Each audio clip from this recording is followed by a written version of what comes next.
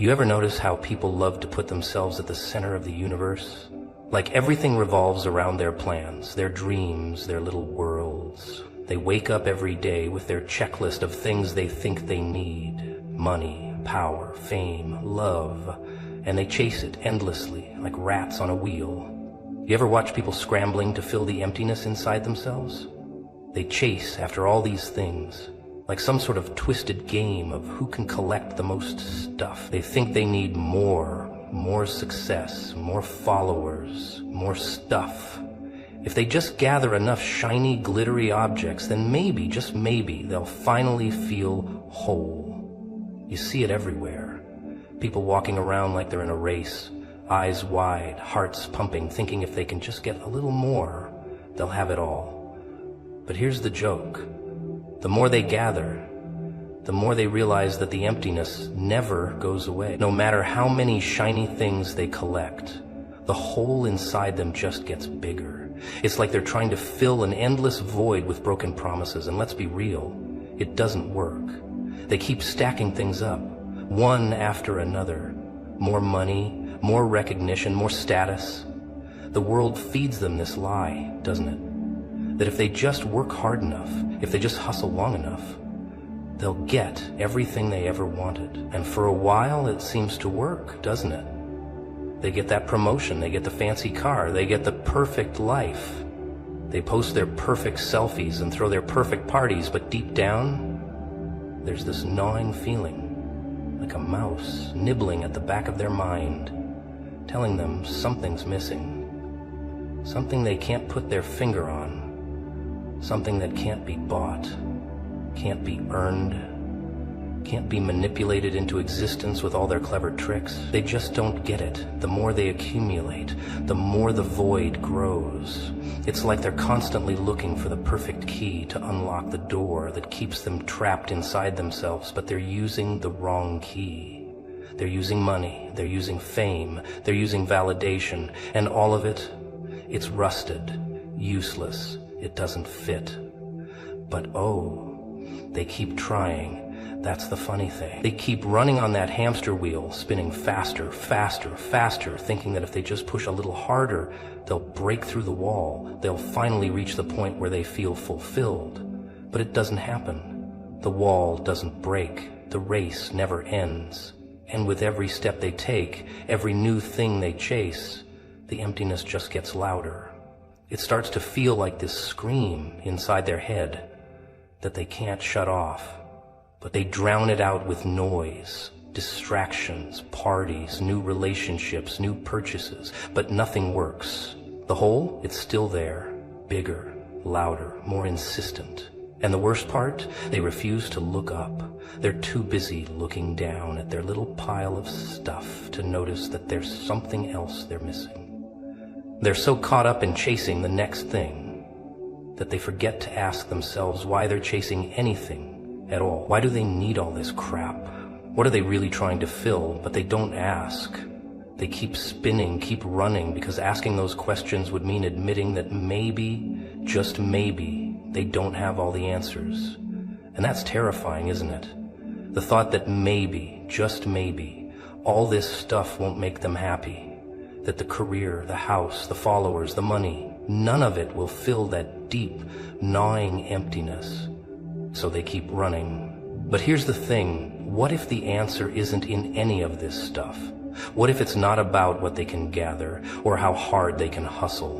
What if it's about something else, something bigger, something that doesn't fit into their little boxes and neat little plans, something that can't be earned with all their work, or acquired with all their tricks? What if it's not about them at all? What if it's about letting go of all the shiny distractions they've been clutching and trusting something as someone else to fill that void? What if it's about looking outside of themselves, outside of their tiny, self-centered world, and realizing that all the stuff they've been chasing is just a mirage? But they won't do that, will they? No, they're too afraid. Afraid of letting go, afraid of trusting something they can't control, or afraid that if they surrender, they'll lose everything they've worked so hard for. But here's the trick, all that stuff, all that fake control they're holding on to, it was never enough. It'll never be enough. The hole inside them can't be filled by the things they've been chasing. It can only be filled by something deeper, something real. But that's a bitter pill to swallow, isn't it? The idea that they've been running the wrong race all along, that they've been filling their lives with distractions instead of answers. They're stuck. They're stuck in their own trap, running around in circles, thinking they're moving forward when all they're really doing is spinning in place. But they won't stop. Not until they're forced to.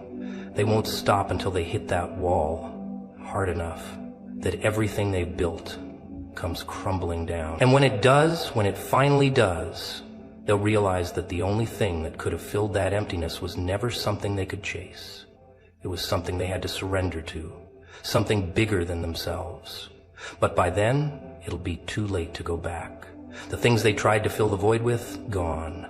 The distractions, gone. And the emptiness, still there, waiting. Oh, you want to talk about control, huh? Funny thing about control. People think they have it, don't they? They think if they just plan enough, strategize enough, they can make everything go their way. They put all their eggs in this little basket, each little move calculated, each step taken with precision, like some grand chess game. They think they're the ones making the rules, pulling the strings, deciding the outcome. But here's the thing. Control's a joke, an illusion, a lie that they tell themselves because the truth is much harder to swallow. People like to pretend they're steering the ship, don't they? But what happens when the storm hits, when the waves get high, when the wind starts to tear apart everything they thought they could manage? They panic, they flail, they scream. They realize too late that they were never in control at all. It's like a cruel punchline from the universe. Your best laid plans, your control, it was never real. They cling to it, don't they? They cling to the idea of control because it gives them comfort. It gives them a false sense of security, like if they just keep things in line, everything will work out. But life doesn't care about their plans.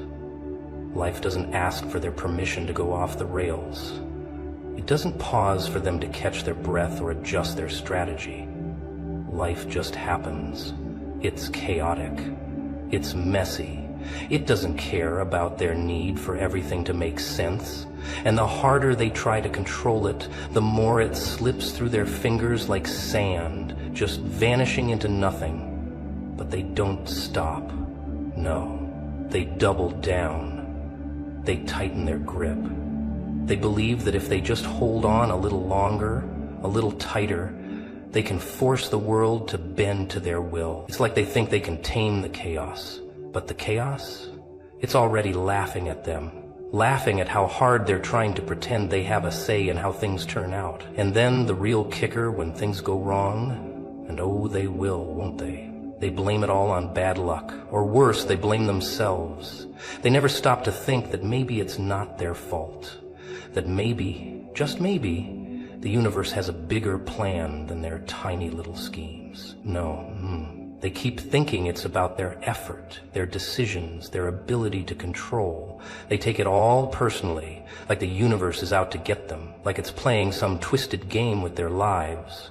They never realize that the joke is on them, that trying to control everything is the most futile, exhausting game they could ever play. Let's talk about the kind of person who loves control, though.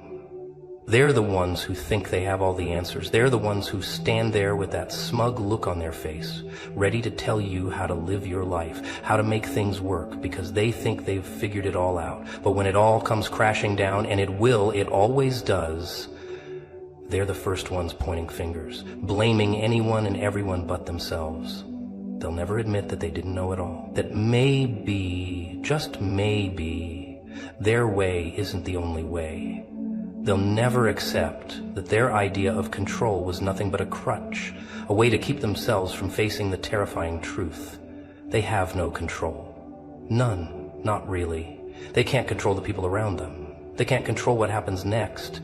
They can't even control themselves half the time. So they hide behind their illusion of control. like it's some sort of armor. But it's made of paper. It's fragile. And one gust of wind, one real storm, and it's gone. Poof. So why do they do it? Why keep fighting to control everything? Well, here's the dark side of the joke. They're afraid. They're terrified of surrendering. They're terrified of letting go. They think that if they don't grip everything as tightly as possible, they'll lose it all. But that's the thing. When they hold on too tight, that's when the crash comes. That's when everything goes to hell.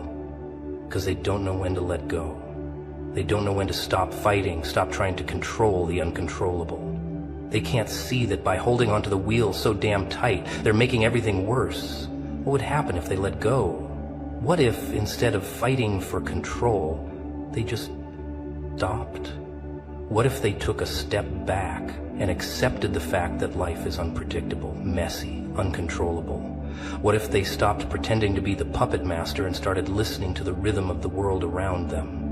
Funny thing about that, when they finally stop fighting, when they finally stop trying to force everything to go their way, that's when things start to fall into place. Not in the way they expect, not in the way they plan, but in a way that's so much bigger, so much more complex, so much more beautiful than anything they could have orchestrated themselves. But no, they won't do it. Not yet. Not until life forces them to. Not until they hit rock bottom and realize that all the control they thought they had was a lie. Because control, it's an illusion. And until they accept that, they'll keep chasing it, chasing the wind, running in circles, hoping that one day, maybe, they'll finally be able to catch it. But they won't. It's a game they'll never win. Because control, it's a joke. And they're the punchline. People love their distractions, don't they? It's almost like they can't stand the idea of being alone with their thoughts, so they fill every moment with noise. Every waking second, they're drowning themselves in something. TV, music, social media, conversations that don't really matter, whatever it takes to avoid that nagging silence. Why? Because silence, that quiet stillness, it's terrifying. It's like the void staring back at them, daring them to face it. It forces them to look inward, to confront all the things they've been avoiding, all the cracks and broken parts of themselves they don't want to deal with. So they fill the silence. They fill the air with chatter, with noise, with anything that can drown out the whispers of their own souls. But here's the thing. They think they're avoiding the silence. They think they're running from it.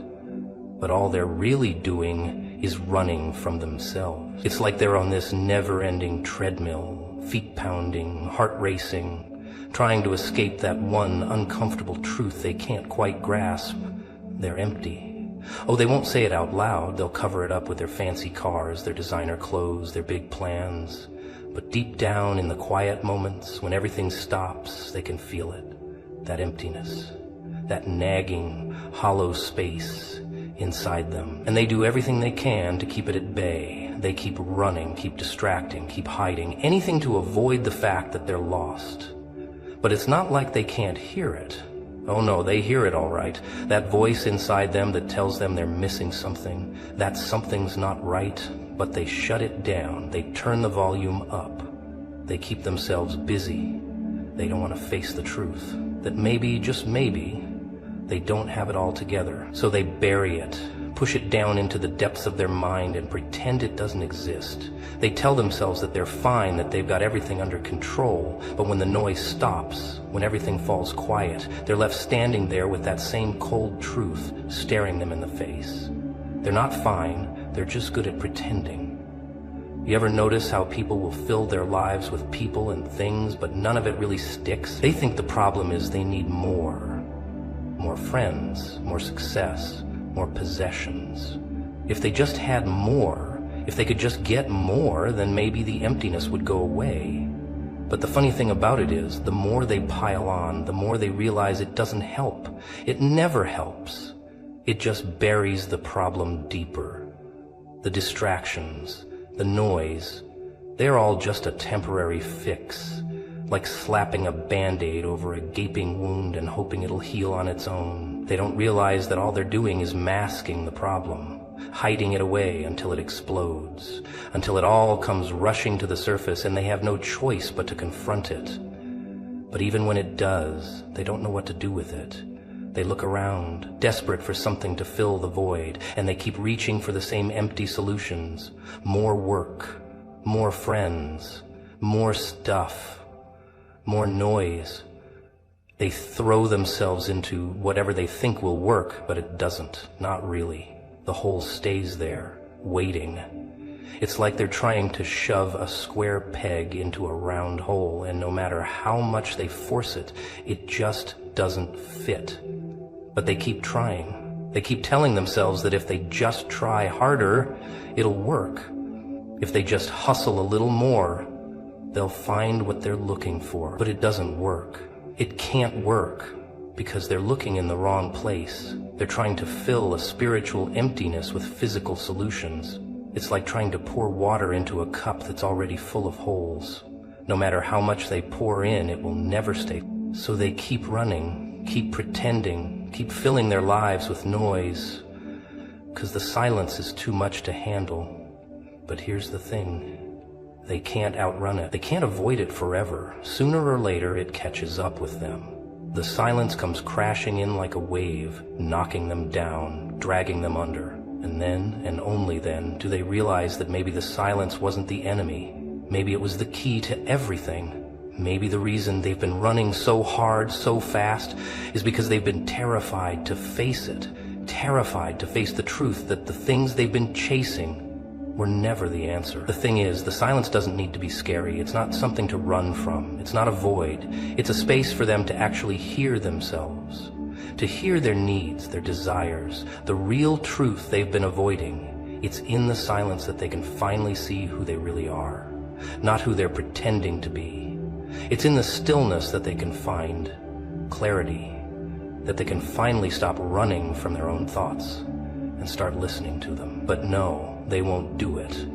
They'll keep filling the silence with noise, with distractions, with anything that can drown out the truth. And when it all falls apart, when the distractions finally stop working, they'll realize, too late, that the silence was never their enemy. It was their salvation. People love their plans, don't they? They spend their entire lives carefully constructing them, one brick at a time. It's almost like they think if they build their plan high enough, if they get all the details just right, they'll have some kind of safety net. Like the universe will look at their little blueprint and say, oh, well, if they want it this way, let's make it happen for them. But life isn't like that. Life doesn't care about their plans. It doesn't look at their pretty little designs and say, well, you did everything right, so I guess I'll give you what you want. No, life doesn't work that way. Life's more like a cruel game of chance, a sick joke where you don't know whether you're going to win or lose until the very end. It's as if the universe is sitting back, laughing at their plans, watching them twist and turn and struggle against the tide. All those plans, all that careful control, it's just an illusion, a comforting little lie that they tell themselves to feel secure. Oh, they fight for it. They fight tooth and nail for that plan. They get obsessed with it, don't they? They fixate on it as though it's their one shot at happiness. They work harder, they plan longer, they hustle and grind because they think that if they just put in enough effort, if they just push themselves enough, everything will fall into place. They think that life's a linear equation, that if they just do the right things at the right time, the reward will come, the success will follow. But the reality is much darker. Because no matter how much they grind, no matter how many hours they sacrifice, life can throw a curveball at them that derails. They panic, they lose control because the plan is shattered. And the worst part, they can't let go of it. Oh no, the plan is their identity now. It's everything they've worked for, everything they've sacrificed for. So when it falls apart, they don't just lose the plan, they lose themselves. They lose who they thought they were. They don't know how to function without it, without that framework that gave them meaning. They look at the wreckage of their plan and they don't know what to do next. They can't see a way forward. They're stuck in that moment of failure, paralyzed by the idea that everything they've worked for was a waste. They can't move past the idea that their plan has failed them. But here's the cruelest part of all. They never stop to think that maybe, just maybe, the plan wasn't meant to work out in the first place? What if all that effort, all that planning wasn't supposed to lead to success? What if it was just supposed to teach them something? What if their failure, their loss, was actually the universe's way of showing them that they're not in control, that their plan is just a tiny piece of a much bigger puzzle? But no, they won't see it. They'll be too busy grieving over their failure, too busy crying over their broken dreams to understand that the whole point of the plan was never about winning. It was about learning to let go, learning to adapt, learning to find peace in the chaos. Because that's the thing, isn't it? Plans don't always work out, but chaos? Chaos is inevitable. Life doesn't care if you're ready for it or not. Life will throw you into the storm whether you've got a plan or not. And what do they do when that happens? They freeze. They fight. They resist. They do everything they can to control the uncontrollable. They try to steer the ship even when the storm is too big for them to manage. But they can't. They can't control the chaos. And the more they try, the more it slips through their fingers. It's almost pathetic, really. They keep clinging to the idea that their plan is the answer, that their carefully laid out strategy will save them from the madness of life. But life doesn't give a damn about their plans. Life is messy, unpredictable, a force of nature that can't be tamed. And yet they keep trying, they keep fighting against it, thinking that if they just push a little harder, life will eventually give them what they want. But all they're doing is making it worse. They're exhausting themselves, burning themselves out in the process. So what happens then? What happens when they realize their plans are useless? When they realize they can't control the outcome no matter how hard they try? Well, that's when the real test begins. Because what they don't realize is that the secret to surviving the storm isn't to fight it. It's to surrender to it. To let go of the idea that they can control everything and just let things unfold. Let life take them where it's going to take them. It's about releasing the need to control every little detail and accepting the fact that maybe, just maybe, the universe knows what it's doing. But they won't do it. No, they won't. They'll fight it every step of the way, and that's when they'll truly break. Not because life is cruel, but because they couldn't learn to stop fighting. And that's the joke, isn't it? The joke is that they think they can control everything. They think that their plans are the key to happiness, but it's all an illusion. And in the end, the only thing they can control is how they respond to life. Not the outcome, not the path, just the response. But they're too busy holding on tight to their plans to realize that. Oh, you know what people are really good at? They're so good at pretending. It's like a game they play, a performance, a mask they wear every single day. You've seen it, right? The person who walks into a room with a smile plastered on their face, like they've got it all figured out, like life is just one big success story, and they're the lead actor. They want everyone to think they've got it together. They want everyone to think they've got it together, that they're on top of the world, that everything's falling into place perfectly. But you know the truth, don't you? Oh, you know that behind that smile, there's a person drowning in their own insecurities, trapped in their own head, fighting battles no one else can see. And they keep it hidden. They keep it buried deep down, because the last thing they want anyone to know is that they're struggling, that they don't think they can do anything right, and they can't let the world see them fail. No. They need to maintain the illusion. But here's the kicker. The more they try to keep the illusion alive, the more they start to believe it themselves. They start to live in their own little bubble, thinking that if they just keep acting, if they keep playing the role, it'll all somehow become real. They think that the mask they put on is who they really are. They think that pretending is the answer. And sure, maybe for a while they can fool themselves, fool everyone around them. Maybe for a little while they can keep the show going, keep up the charade. But there's a problem with pretending. It's exhausting. It drains you. It wears you down to the bone. And eventually that mask you've been wearing for so long starts to crack. It starts to fall apart, piece by piece, until one day you're standing there, exposed, and you don't know who the hell you are anymore. Isn't that the most terrifying thing? To wake up one day and realize you don't even recognize yourself? You've spent all this time pretending to be someone else, so caught up in the role you were playing that you lost touch with who you actually are. You've invested so much energy into being what the world wants you to be, into being the version of yourself that others expect, that you've forgotten how to be real. You've forgotten how to be honest. You've forgotten how to take the mask off and just be you. And the worst part, you don't even know where to start. You don't know how to get back to yourself. The whole idea of being genuine, being raw, being real, it seems impossible now. You've built up this fake version of yourself for so long, it feels like there's no going back. But here's the truth. The more you try to pretend, the more you lose touch with what really matters. You're so focused on what everyone else thinks, on maintaining that perfect image, that you forget what you actually want. You forget what makes you tick. You forget what makes you tick. You forget what makes you care about, what makes you feel alive. You start to lose your own voice in the noise. And let me tell you, that's dangerous.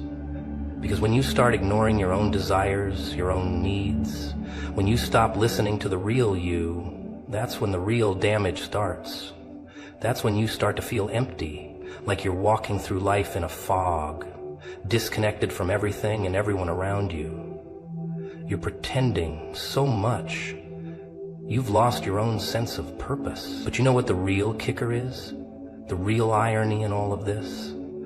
All that pretending, all that effort to keep up appearances, to put on that happy face for the world, it's all for nothing. Because people can see through it. Oh, they can. They might not say anything, they might nod along with your performance, but they know. They can feel it.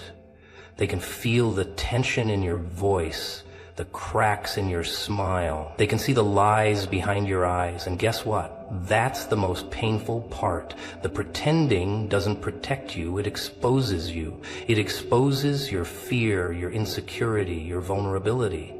It's like a spotlight shining on everything you're trying to hide, and the more you try to cover it up, the more obvious it becomes. It's a sick joke, and you're the punchline. But what if you stopped pretending? What if you took off that mask, that facade, and just let yourself be real for once? What if you stopped worrying about what everyone else thinks and just let go? What if you didn't have to play the role anymore? Imagine what that would feel like. Imagine being able to speak your truth without fear of judgment. Imagine waking up every day knowing you don't have to be anything other than yourself. That's freedom. Real freedom. And it's not as impossible as you think. It's not about having everything figured out, about being perfect, about having all the answers. It's about being honest, about accepting yourself, flaws and all. It's about embracing the messiness, the chaos, the brokenness, and not being afraid of it. It's about saying, yeah, I'm a little messed up, but so what? At least I'm real. But no, you won't do it. You won't let go of the mask. You'll keep pretending, keep hiding, keep running from the real you, because the idea of being vulnerable, of being exposed, terrifies you. You'd rather keep up the act, keep playing the game, even if it's killing you inside. You'll keep putting on that smile, even though your soul is screaming for you to stop. Because it's easier to pretend. It's easier to wear the mask and convince everyone, including yourself, that everything's fine. But deep down, you know. You know that it's not fine. You know that pretending is a trap and you're stuck in it. But hey, keep playing the game. Keep pretending. You're good at it. You ever look around and wonder why people can't seem to get it right? They're so focused on the end result, on the outcome, that they forget the most important thing, the journey. They've got their eyes on the prize, they're aiming for the big win, but they don't realize something crucial. It's the path, the journey that matters. Oh, but they don't want to hear that, do they? They want to skip the hard part. They want the reward without the effort. They think they can just waltz in and claim victory without ever breaking a sweat. They think they deserve it, don't they? They think they've earned it simply because they want it. But life doesn't work that way. No, no, no. Life is a cruel mistress. laughing at their silly little expectations. It's always been a game of patience, of endurance, and yet they don't see it. They don't get it. They want the shortcut, the easy way out. They want to bypass all the pain, the struggle, the sweat, the tears, and just land right at the finish line like a fast-forward button in a movie. They think they can just snap their fingers and make everything fall into place. They think if they just push hard enough, just demand enough, the universe will bend to their will. But life doesn't bend to anyone. Life just keeps on going, indifferent to their wishes, their demands, their expectations. It doesn't stop to listen to their complaints. It doesn't stop to make things easier. It doesn't care about their timeline. It doesn't care if they're tired or frustrated or on the brink of giving up. No, life just keeps moving forward, relentlessly, constantly. And those who try to keep up without understanding the rhythm, without understanding the tempo, they'll fall behind, they'll trip, they'll stumble, they'll crash, and it's all their fault. But here's the thing, they never learn. No. They keep making the same mistakes over and over again, thinking they'll get different results. They throw themselves into the race without ever taking a breath, without ever considering the consequences, the toll it will take. It's like they're running in circles, chasing their own tail, constantly pushing themselves, constantly moving, but getting nowhere. They're so obsessed with the idea of winning that they forget what it means to actually earn it. They think victory is something you can just take, as if it's a trophy you grab off a shelf. They forget that true success is built on the back of failure, on the lessons learned from the pain, from the mistakes. They forget that failure isn't the end, it's just a part of the process. They'll never get it though. They'll never understand. They look at people who have made it, who seem to have it all figured out, and they think that's it. That's the dream. That's where I want to be. But they don't see the struggle behind the success. They don't see the nights spent awake, the blood, the sweat, the tears, the hours wasted in uncertainty. They don't see the fear of failure, the doubt, the vulnerability. They just see the shiny surface and think it's all sunshine and rainbows. They think it's all glory. They think it's all easy. But what they fail to realize is that success isn't a destination. It's not a place you reach and say, I'm done. I've made it. No. Success is a moving target, always shifting, always changing, and the second you think you've arrived, the second you stop working for it, that's when you start to lose it. It's like a house of cards, built on a shaky foundation. One wrong move and it all comes crashing down.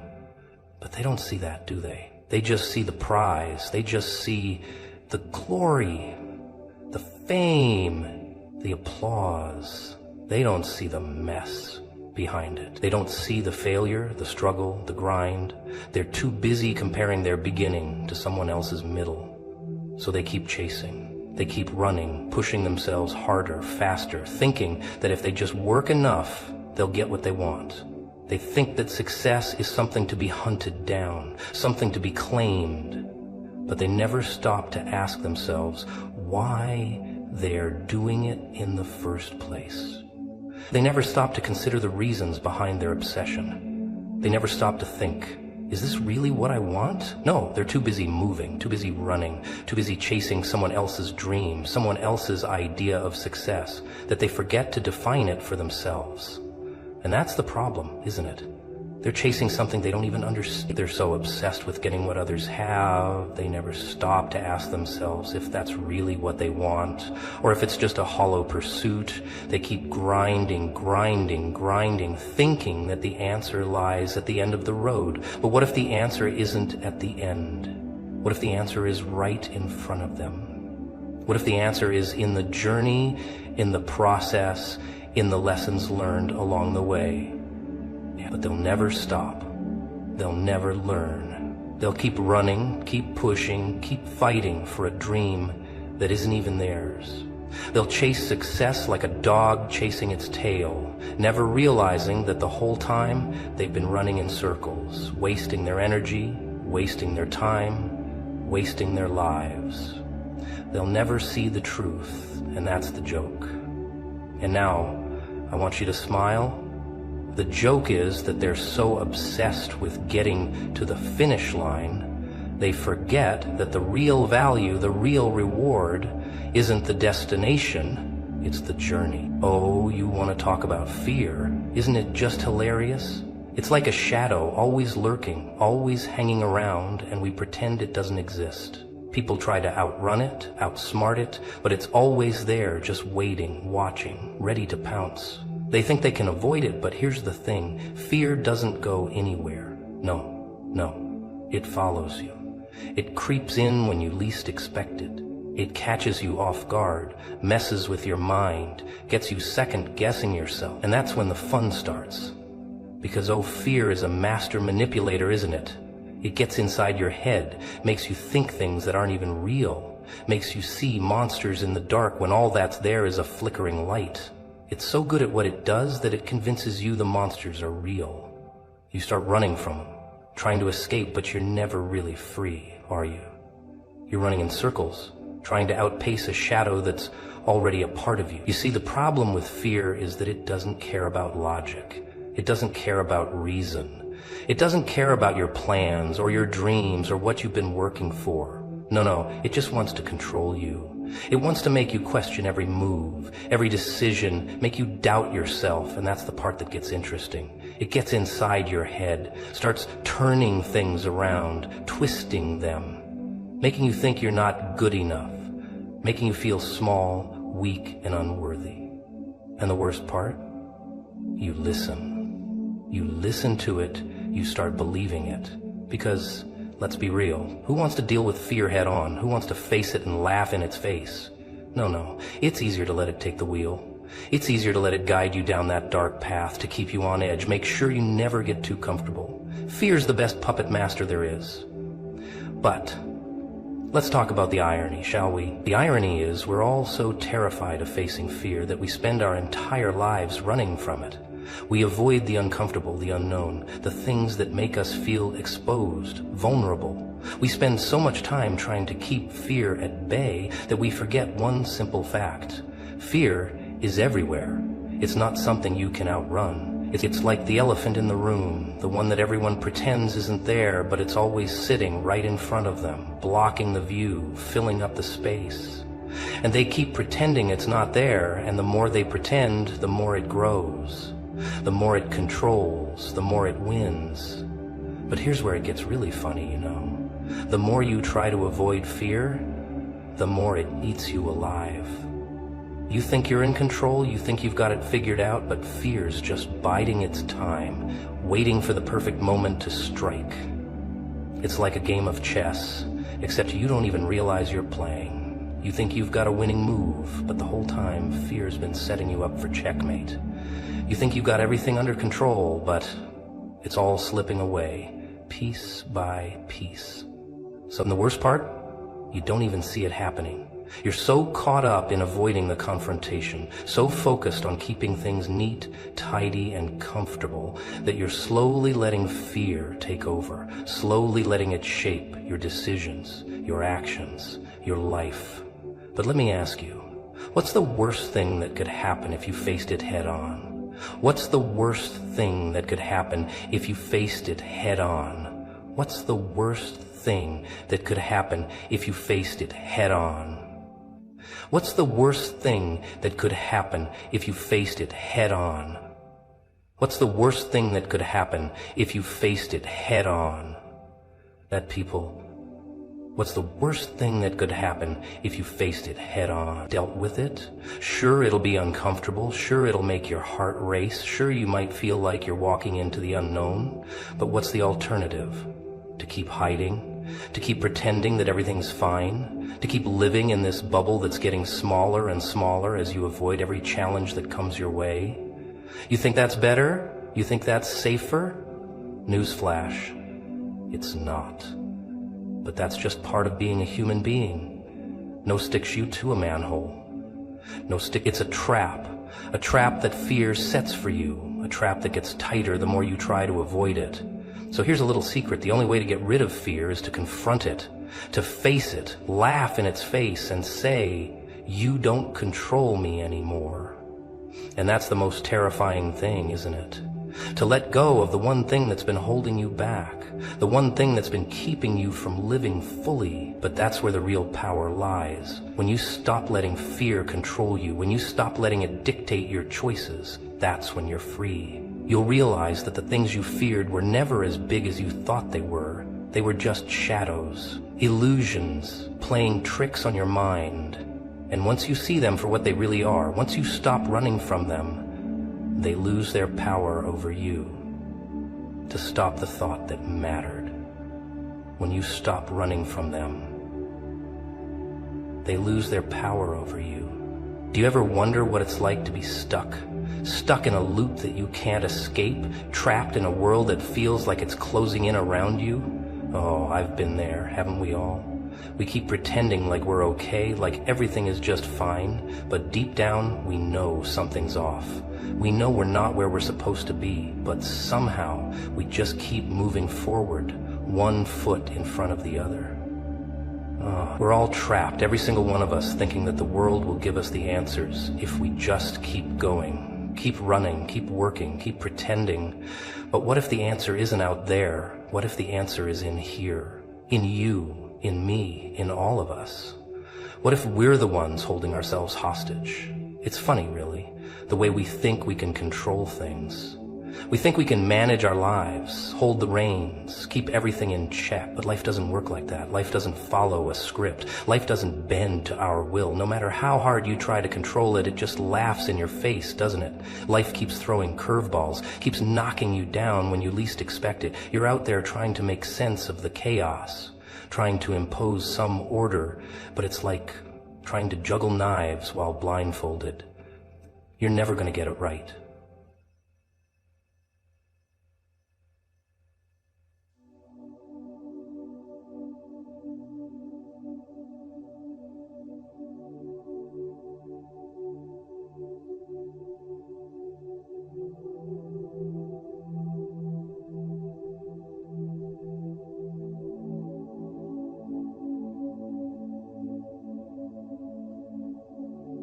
And that's the punchline, isn't it?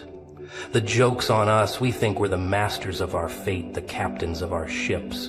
But in reality, we're just puppets, dancing to the tune of some invisible hand. But we don't see it, do we? We keep moving, keep acting like we're in control, keep pretending we have it all figured out. We're too busy trying to keep up with the madness to realize we're just part of it. And what happens when you realize that? What happens when you see the truth? You can't unsee it, can you? You can't go back to pretending, but you sure try, don't you? You try to pick up the pieces, try to glue it all back together, make it look like it's fine, like it's normal, but deep down, you know it's not. It's a mess, and the harder you try to fix it, the messier it gets.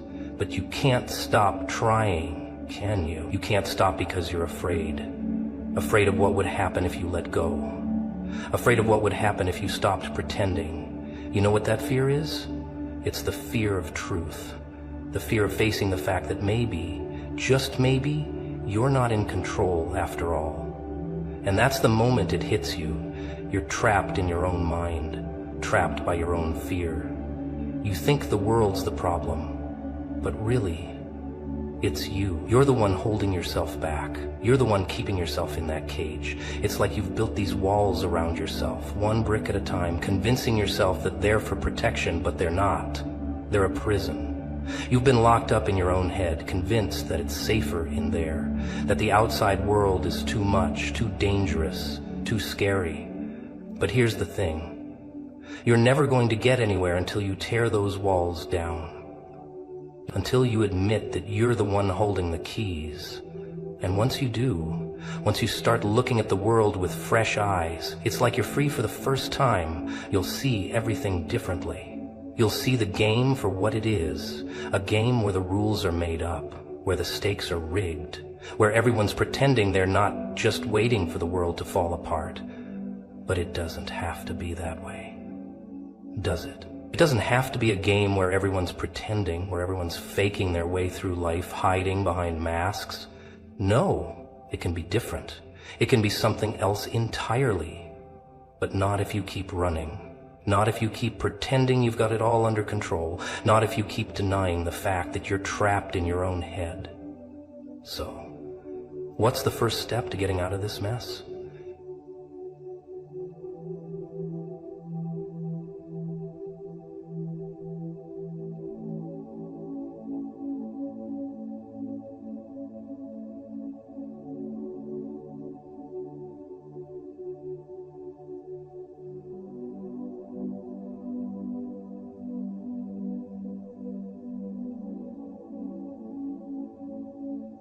What's the first thing you need to do to break free from these chains? Stop pretending. Stop lying to yourself. Stop telling yourself that everything's okay when it's not. Stop acting like you've got it all figured out when you don't. Stop being afraid of the truth, because the truth is the key. It's the thing that sets you free. But you have to face it. You have to be brave enough to look at it and say, okay, I'm ready to deal with this. And when you do, when you finally admit that you're not in control, that the world's not going to bend to your will, that the rules of the game aren't yours to make, that's when things start to change. That's when the walls start to fall down, piece by piece. And you know what happens then? You start to see everything clearly. You stop living in the illusion, the fantasy world you've built around yourself. You stop being a prisoner in your own mind, and you start living. You start taking control of your own life, not by fighting against the world, but by accepting it for what it is. It's chaos. It's unpredictable. It's out of your control. And that's okay, because once you stop fighting it, once you stop pretending you have to control everything, that's when the real freedom begins.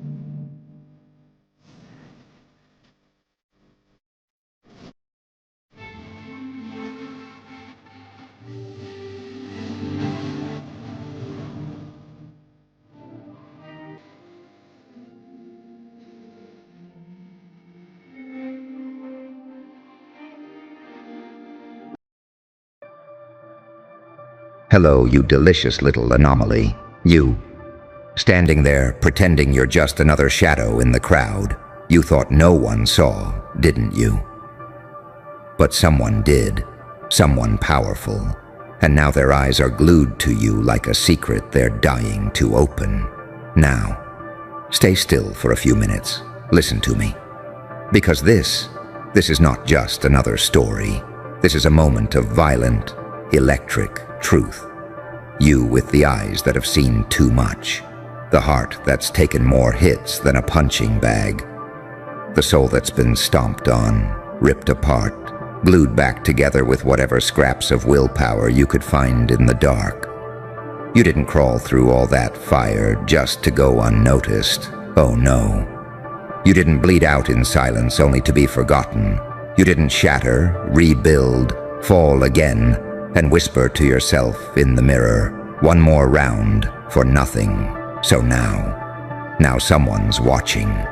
And not just anyone. A powerful person, the kind of person people write chapters about. The kind of presence that bends the air when they walk into a room. Someone whose name makes other names shrink. And guess what?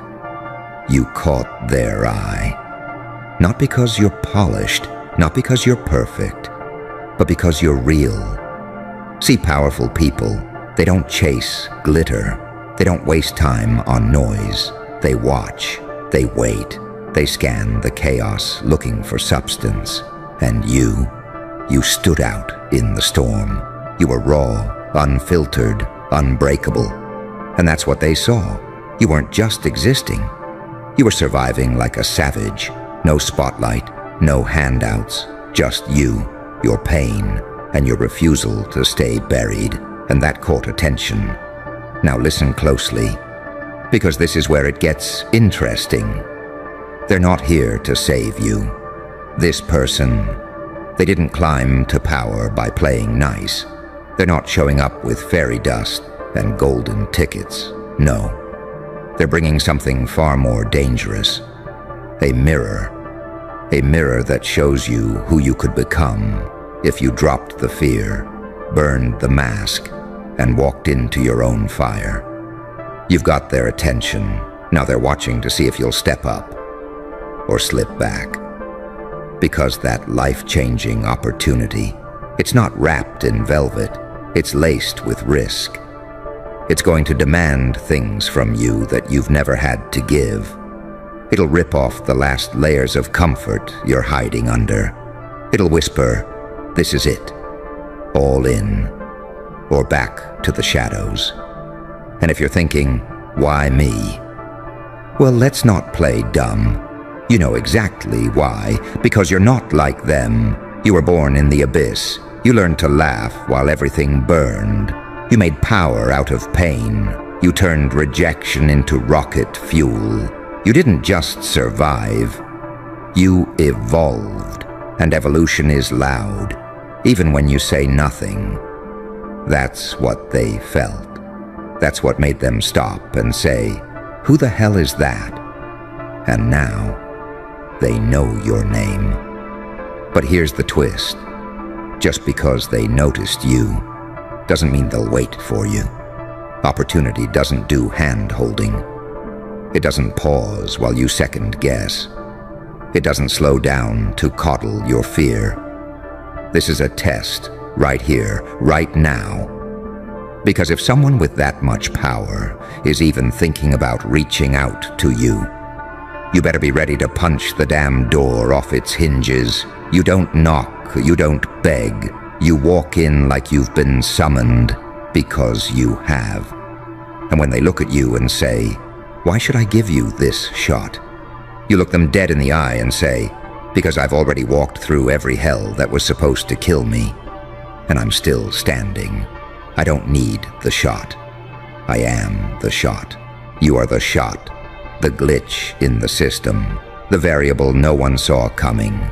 They planned for everyone else. The obedient ones. The predictable ones. The people who wait their turn. The ones who smile through defeat and call it grace. But not you. You didn't wait. You endured. You didn't fold. You adapted. You didn't beg. You became the storm they were trying to avoid. And now, the very people who were once too high to look down at you, they can't stop looking. Because in a world obsessed with power, there's nothing more hypnotic than a soul that refuses to die.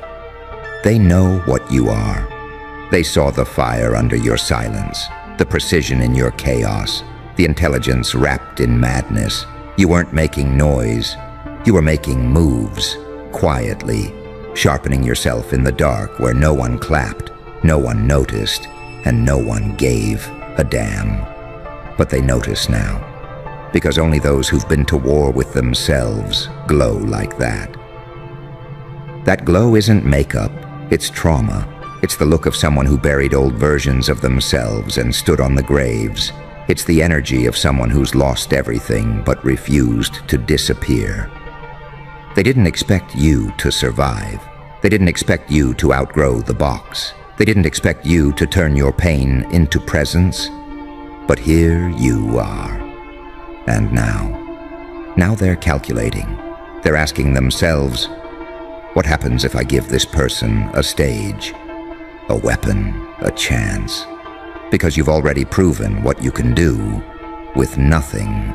Now they're haunted by the idea of what you could become with something. You're not chasing opportunity. You are a threat in the making. And threats, they don't knock.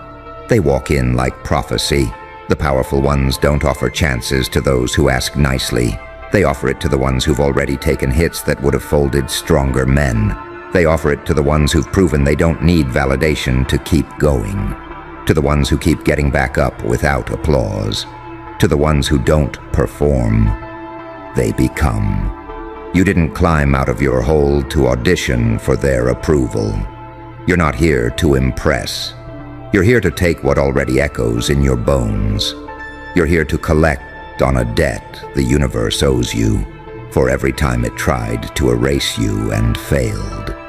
And that powerful person watching you right now, they're not surprised you made it this far.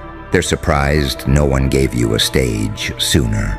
They see it, that hunger, that stillness, that knowing. They don't see you as someone hoping for a shot. They see you as someone who isn't going back, no matter what.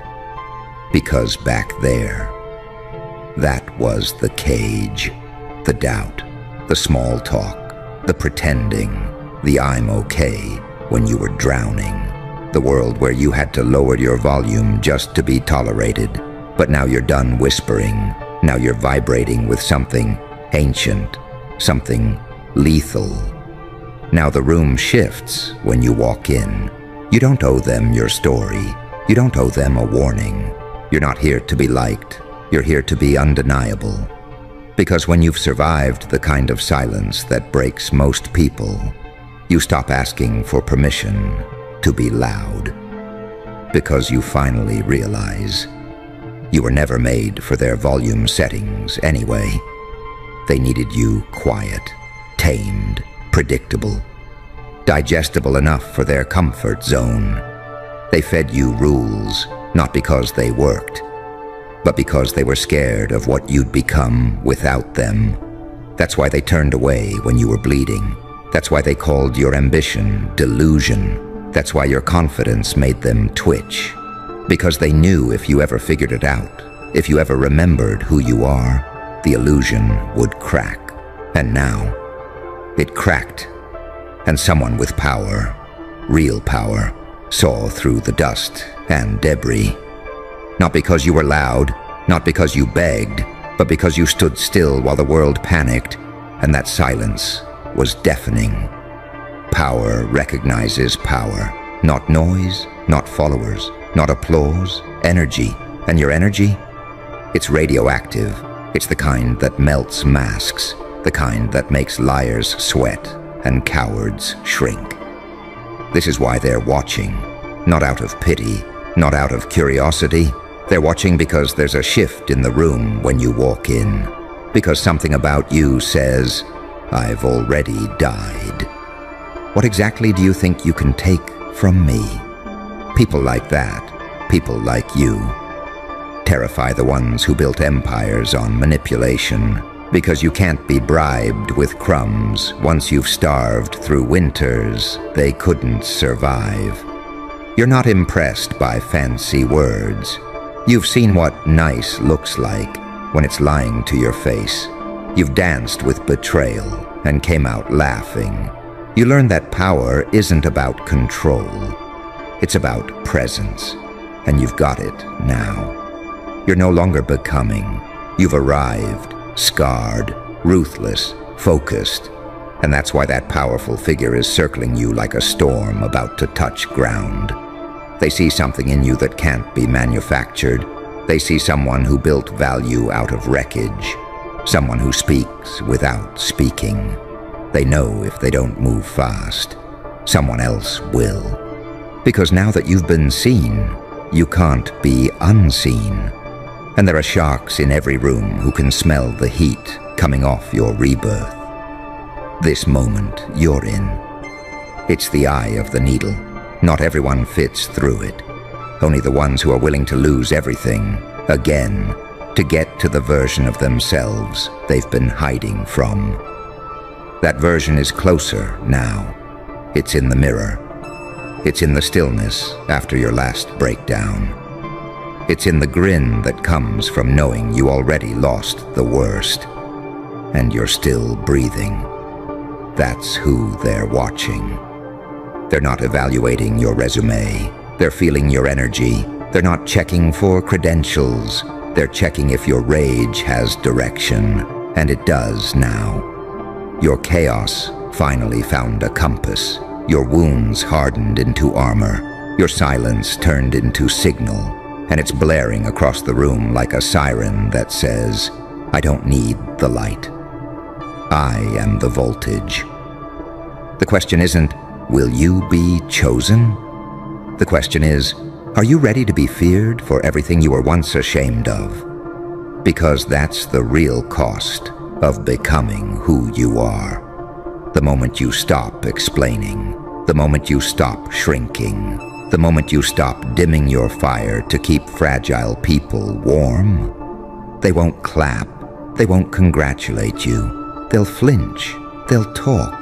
They'll label your transformation as too much because it reminds them of everything that they'll never have the guts to become. You'll walk into rooms and feel the temperature shift. You'll speak, and even your silence will echo louder than their noise. You'll carry your history like a loaded weapon, not to shoot, but to remind. Remind them that you didn't rise clean. You rose burning. That opportunity they're offering, it's not salvation. It's not luck. It's an invitation to war. The kind where you finally get to fight on your terms. They're not handing you power. They're giving you the keys to a cage that only you knew how to pick from the inside. Because what you're holding now isn't a chance. It's leverage. And you didn't get it by playing nice. You earned it in silence. When you chose discipline over distraction. When you kept building in rooms where no one believed in blueprints. When you swallowed betrayal and spit out blueprints for a kingdom. You didn't just earn this attention. You dragged it out of the void. Kicking, screaming, laughing. Now here you are, sitting across from power, and they're the ones leaning in. Not because they own the game, but because they just realized you might be the storm they've been pretending to control. And the truth, they're not offering you anything you can't take for yourself. But they know if they give it to you now, maybe, just maybe, you'll still remember their name after you outgrow the room. Because they can see it in your eyes. You're not here to impress, to network, to climb. You're here to rewrite the blueprint. You're here to tear down the ladder and build your own kingdom. One where the throne isn't inherited. It's earned in blood, sweat, and delusion they tried to shame out of you. One where the crown doesn't glitter, it burns. And they're hoping, deep down, that you still need them. that some part of you still wants permission, that maybe, just maybe, they can still shape your direction. But that part of you died already. It died the last time you cried in silence with no one coming. It died when you realized comfort was killing you. It died when you looked in the mirror and didn't recognize the person pretending to play it safe. The version of you they're watching now, it's feral, it's divine. It doesn't ask, it takes. This opportunity, it's not a gift, it's a weapon, and it's only dangerous in the hands of someone who's already lost everything once. Which is why you are terrifying right now. You have nothing to protect, nothing to fake, nothing left to lose, just everything to become. And when a person like that gets offered a seat at the table, they don't sit. They flip the chair, pull out their own table, and build a whole new room. One with no walls to trap you, no ceilings to stop you, no doors to knock on. Only mirrors, mirrors that reflect every version of you that tried to make peace with smallness. And you don't apologize to mirrors anymore. You stare them down until they blink first. Because you remember what it felt like to be invisible in a crowd screaming for attention. You remember what it did to your spine to carry dreams too big for your environment. You remember the taste of every no, every maybe, every not yet.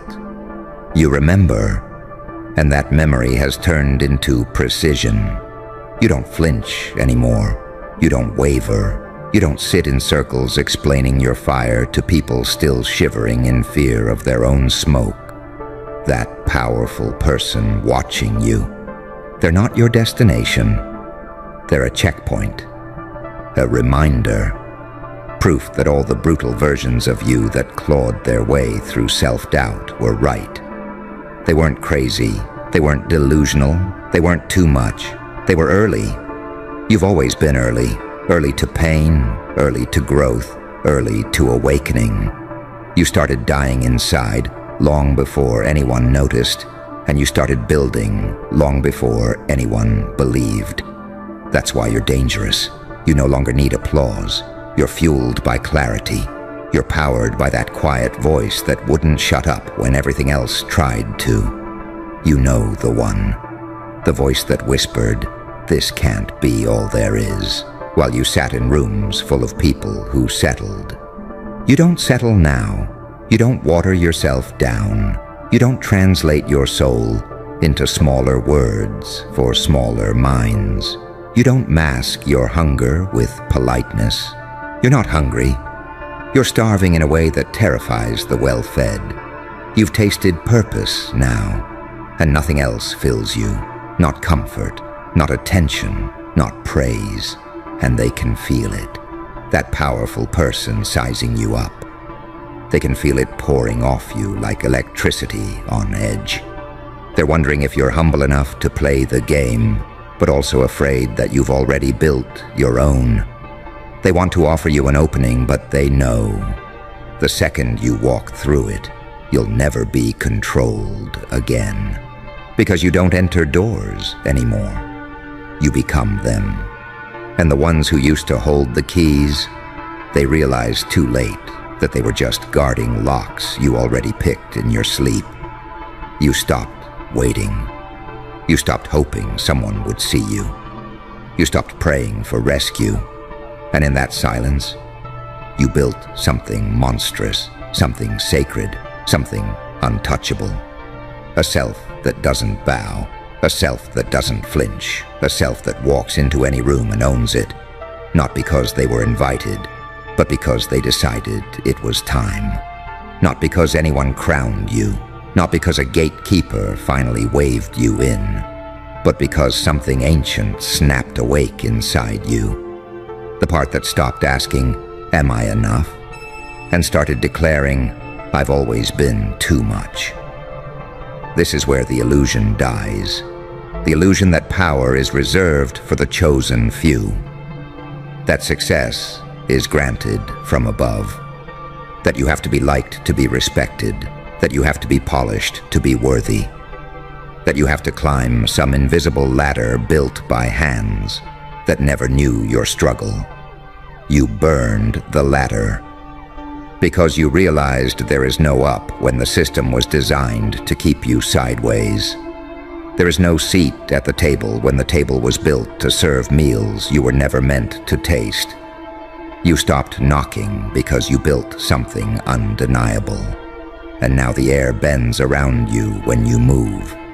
You're no longer chasing the room. You are the room, the gravity, the signal that shifts the atmosphere without a word. They used to call it ego. Now they call it presence. But they still don't understand what it cost you. Because this version of you, it was stitched together in the quiet violence of self-awareness. It was born in the tension between who you were told to be and who you knew you were underneath all the noise. You don't seek permission from titles. You don't look up to crowns held by trembling hands. You don't shrink when you're misunderstood. You expand. You've learned that hierarchy only works on those still scared to be alone. But you made peace with solitude. You married the silence. You carved your greatness in isolation. While they screamed over each other for scraps of recognition, now they see you. Now they feel it. Now that powerful person doesn't see a project. They see a threat. Not a pet to groom, not a student to mentor, but a sovereign force with teeth. One that doesn't need fixing, one that doesn't need polishing, one that doesn't need approval, because they already chose themselves. You stopped waiting to be taught how to lead. You taught yourself how to devour without losing your soul. You taught yourself how to bend reality without breaking your spine. You taught yourself that being underestimated is a weapon if you stop crying and start calculating. This isn't about being chosen. This is about recognizing you were never designed to fit into anything. You were made to rip things apart with your truth, to speak in a frequency that shatters fragile paradigms, to walk in your own blueprint, even if it burns every map handed to you. They can offer you doors, but you've become the architect. They can offer you platforms, but you've become the earthquake. They can offer you titles, but you've become something titleless, something that doesn't answer to words, only to purpose. And that person with power, they either collaborate or get replaced, because when someone like you rises, the whole structure has to shift to make space for what no longer obeys. Now, the whole structure has to shift because you're no longer a piece on the board. You're the tremor that flips it. You don't play their game. You don't wait your turn. You don't raise your hand in rooms built to ignore your voice. You don't chase relevance. You radiate inevitability. This is what it means to be uncontainable. To walk into opportunity, not with gratitude, but with gravity. The kind that warps everything around it. The kind that makes those in power adjust their posture. The kind that forces every system that tried to bury you to recalculate. You're not another name in the crowd. You're the reason the crowd goes silent. Because your presence doesn't whisper, it declares. Without noise, without effort, without compromise. This is the final form. The moment where you stop folding yourself into what makes others comfortable. The moment where you realize your scars are not liabilities. They're weapons carved in truth. The moment you look in the mirror and no longer see a survivor, but a force of nature, forged in suffering, crowned in silence. You don't just walk into the room anymore. You redefine what the room means. And the people in power, they know it. They can feel it in the shift of your tone, in the unapologetic weight of your stare, in the way you don't blink when everything gets quiet. They used to call you intense. Now they call you necessary. They used to call you unstable. Now they call you visionary. They used to call you dangerous. And they were right. Because now you know exactly what you are. You are the evidence that pain can't kill purpose. You are the proof that being overlooked is not the same as being unworthy. You are the outcome no one predicted, because you rewrote the script with your blood. And when that powerful person looks at you now, they don't see a candidate, they don't see a hopeful, they don't see a follower, a prodigy, a grateful hand reaching up. They see a sovereign, someone who doesn't need the stage, but will own it the moment they step on it. Someone who doesn't need to be taught how to lead.